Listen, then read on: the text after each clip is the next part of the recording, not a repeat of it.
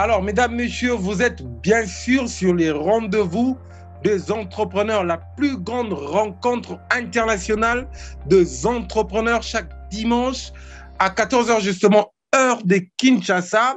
Et chez vous, ça peut être à 15 heures, à 16 heures, à 17 heures.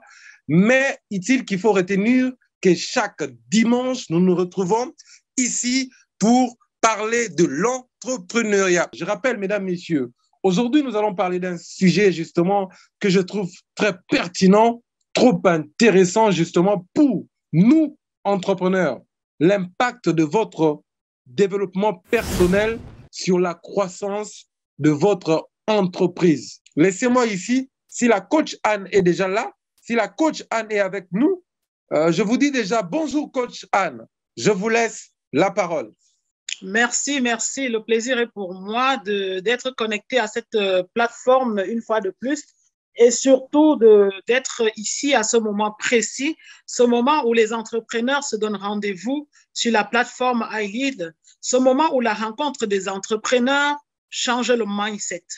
En fait, aujourd'hui, j'ai pour lourde responsabilité de vous entretenir sur la thématique qui est liée à ton rythme et notamment la partie concernant le développement personnel ou alors l'impact du développement personnel et spirituel sur notre façon d'entreprendre.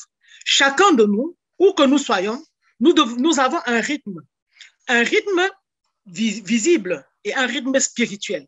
Le rythme visible, en fait, c'est la cadence avec laquelle nous faisons tout ce que nous faisons, la façon dont les gens perçoivent ce que nous faisons, les résultats qui ressortent de ce que nous faisons. Et maintenant, il y a le rythme intérieur. Le rythme intérieur est ce battement-là, c'est cette musique-là, c'est ce truc-là, c'est cette délicatesse-là qu'il y a au fond de chacun de nous, qui nous pousse, qui nous booste, qui nous donne envie de nous lever, de faire ce que nous faisons, de dire ce que nous faisons et de faire ce que nous disons. Ceci dit, je me suis rendu compte dans mon travail, dans mon parcours, je préfère dire ça comme ça, que rien ne peut se faire de manière agréable si je n'allie pas mon rythme intérieur et mon rythme extérieur, c'est-à-dire mon rythme spirituel et mon rythme général, celui qui est visible de tous, parce que le spirituel, c'est ce qui est propre à moi, c'est ce qui est intérieur, c'est ce que vous ne voyez pas, mais c'est ce que moi, je vous donne en fonction de ce que je fais.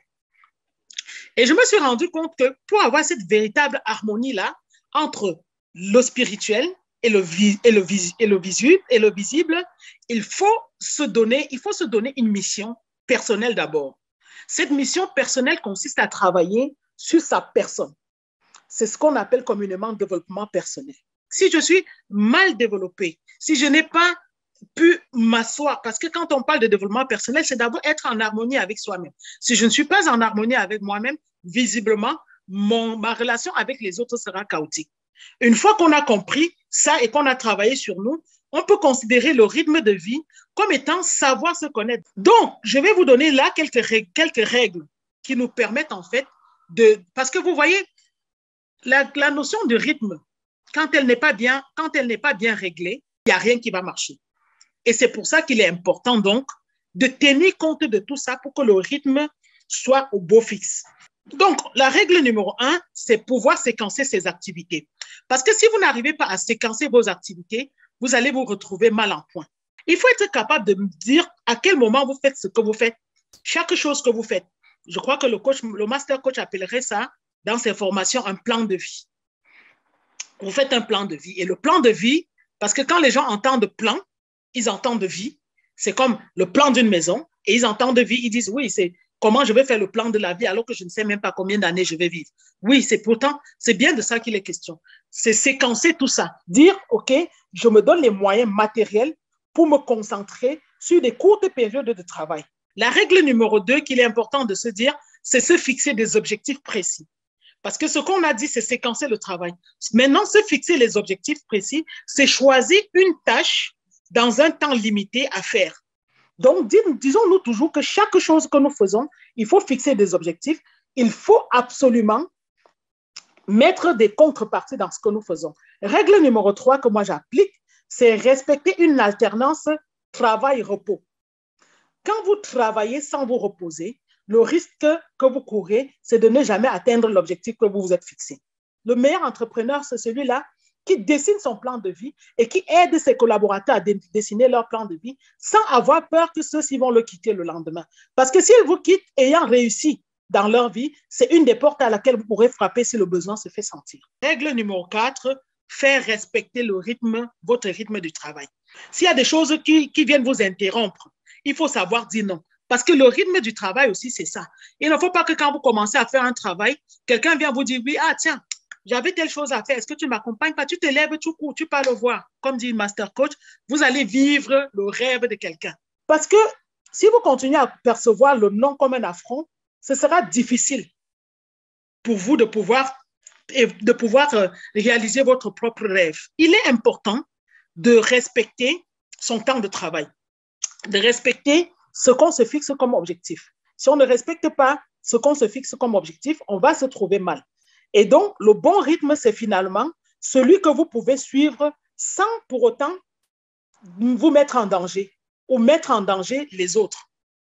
Donc, il est important de toujours s'adapter, de toujours adapter son rythme, d'allier son rythme à sa tâche de travail, à sa tâche, et surtout trouver le bon moment en semaine et essayer d'établir le classement en fonction de l'attention et de la concentration que ces tâches nécessitent. Et donc, n'oubliez jamais que personne n'est fort seul. On dit, il y a un adage africain qui dit, seul, on va plus vite, mais ensemble, on va plus loin. Donc, n'oubliez jamais que vous devez partager avec les autres les tâches qu'il y a à faire. Prévoyez toujours qu'il y a des tâches, si c'est difficile, vous pouvez sous-traiter. Sous-traiter, c'est fait, c'est fini, on n'en parle plus. Et enfin, il faut réserver les tâches qui demandent la plus grande attention et de concentration aux personnes qui peuvent bien le faire, parce que vous devez connaître votre équipe. Et je voudrais simplement conclure en disant que, en tant que chef d'entreprise ou en tant qu'entrepreneur, nous devons en fait solliciter le coaching d'entreprise.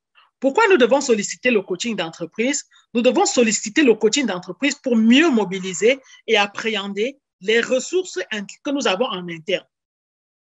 Pourquoi? Parce que certaines entreprises font appel à un coach professionnel pour résoudre ça, alors qu'en interne, on a ce qu'on appelle la personne de confiance qui peut résoudre le problème. Certains responsables font appel à la personne de confiance pour résoudre un problème qu'en temps normal, ils ne peuvent, une ressource extérieure peut le faire. Et pour finir, il y a le parcours professionnel.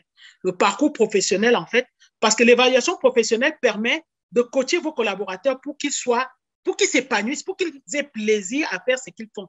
Et il y a le parcours professionnel qui nous permet en fait de construire un parcours excellent, professionnel, pour l'ensemble de nos éléments, mais aussi pour les expériences qui sont mises à contribution, prises à contribution pour que notre entreprise soit ce qu'elle est.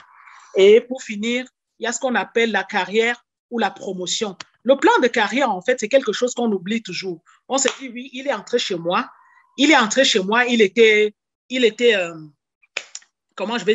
ouvrier, il va finir ouvrier. Non. Permettez à l'ouvrier d'aujourd'hui de devenir le chef d'équipe de demain. Permettez au chef d'équipe de demain de devenir le top manager de l'année prochaine. Donc, mettez en place les parcours qui permettent, ou alors des process qui permettent à chaque personne qui travaille dans votre entreprise de se sentir bien dans ce qu'il fait.